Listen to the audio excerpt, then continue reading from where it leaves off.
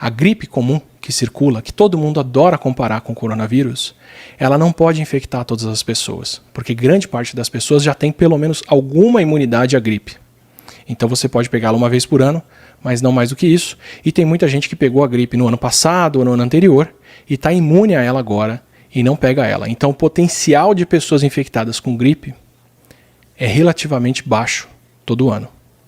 O potencial de pessoas que são infectáveis com o coronavírus é de 100% da população, porque ninguém pegou esse vírus até hoje. Quer dizer, agora 80 mil pessoas na China pegaram esse vírus, mais 200 mil pessoas fora de lá pegaram ele, e eventualmente quem sair vivo dessa vai estar imune a ele e provavelmente não pega de novo. Tudo indica pelos experimentos. Experimentos em macacos mostram que eles ficam imunes, e as pessoas que a gente imagina que pegaram o vírus de novo, aparentemente, na verdade, só continuam com o vírus no corpo, escondido por um tempo, e depois ele se manifesta de novo. Tudo indica até aqui pra gente que as pessoas só pegam ele uma vez. Mas, potencialmente, todas as pessoas podem pegar ele. Essa aqui, ó, essa linha vermelha aqui, ó, é a proporção do número de leitos para americanos e ingleses. E isso aqui é a curva epidemiológica. Isso aqui é o quanto a gente espera que a curva passe do número de leitos nesses países. Em preto, a linha preta, é o que aconteceria se a Inglaterra ou os Estados Unidos não fizessem nada para barrar a população. O que eles esperam é que o número de casos chegasse a 80% da população em meses entre abril, maio, junho, julho e agosto. E tivesse essa demanda por leitos hospitalares. Vocês estão vendo a linha vermelha ali embaixo. A linha vermelha é o número de leitos disponíveis. A linha preta é o número de pessoas precisando de leitos hospitalares. São pelo menos 50 vezes mais pessoas precisando de leitos hospitalares do que leitos disponíveis. Ou seja, o que a gente está vendo na Itália não é nada perto do que pode ser o coronavírus se o país não fizer nada. Felizmente a gente está fazendo, felizmente todos os países estão fazendo. Até agora a gente não conhece nenhum país que está tomando a atitude. Essa realidade preta não existe. Não tem nenhum país seguindo isso. Mas se não fizessem nada, era isso que se esperava. Se todo mundo tivesse seguido a vida normal, como alguns estão pregando, seguindo essa projeção aqui, só pela Covid, o Brasil teria 1,4 milhão de mortos até o fim de agosto. E só pela Covid.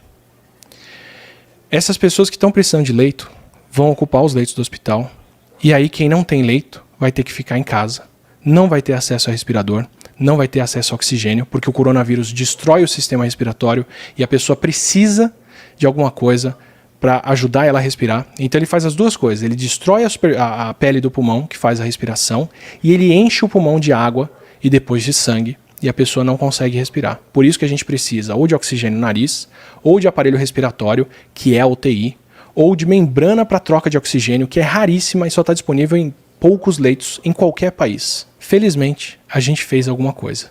Nos cenários, para se fazer alguma coisa, eles simularam várias situações para a Inglaterra e para os Estados Unidos. Eles simularam várias medidas.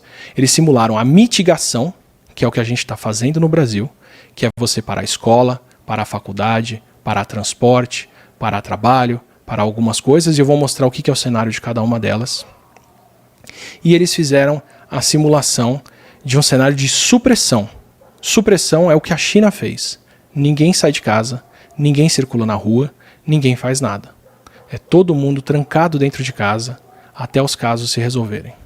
Eu vou discutir para vocês um pouquinho do que cada cenário desse conta. Em verde é o que acontece se você fecha escolas e universidades. Fechar escolas e universidades funciona, atrasa a circulação do vírus, diminui o número de idosos infectados e isso reduziria um pouco a demanda por leitos. Em laranja é o que acontece se você diagnosticar quem é possível e isolar essas pessoas em casa. Se você tiver testes para descobrir quem está com o vírus e mandar essas pessoas para casa. Você reduz um pouco mais o número de pessoas precisando de leitos. Em amarelo é o que acontece se você, além de isolar os casos, manter os familiares de quem foi infectado em quarentena em casa. Então, em laranja é só quem eu detecto que está com o vírus, fica em casa. Em amarelo é quem eu detecto que está com o vírus e quem está ao redor dessa pessoa vai ficar em casa. E em azul é o que você faz se você instituir o que está acontecendo praticamente em Wuhan, que é isolar todo mundo, quarentena em casa de todo mundo e pelo menos os idosos não podem sair de casa. Em nenhum dos cenários que eles simularam aí, o número de leitos disponíveis estão disponíveis para todo mundo.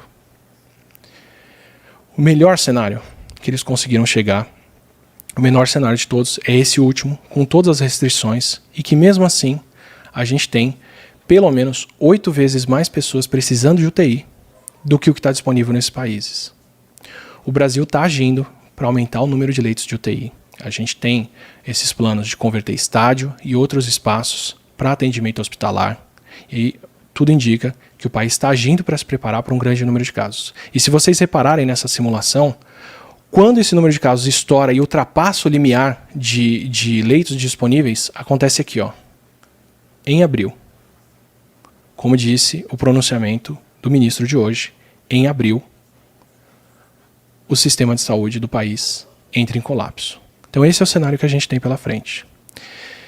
Se a gente instituir, segundo esse estudo, deixo a referência aqui embaixo, fiquem à vontade para ler e destrinchar, como eu disse, isso está orientando a política internacional, isso está orientando a política inglesa, isso está orientando a política de reação americana, isso está orientando todo mundo. A gente tem 2 cenários. Se o Brasil só adotar medidas de mitigação, em que a gente restringe a circulação em alguns lugares, fecha algumas coisas, mas não adota um cenário completo, o que a gente vê pela frente aqui é 1 milhão de pessoas mortas, ou mais, até o final de agosto.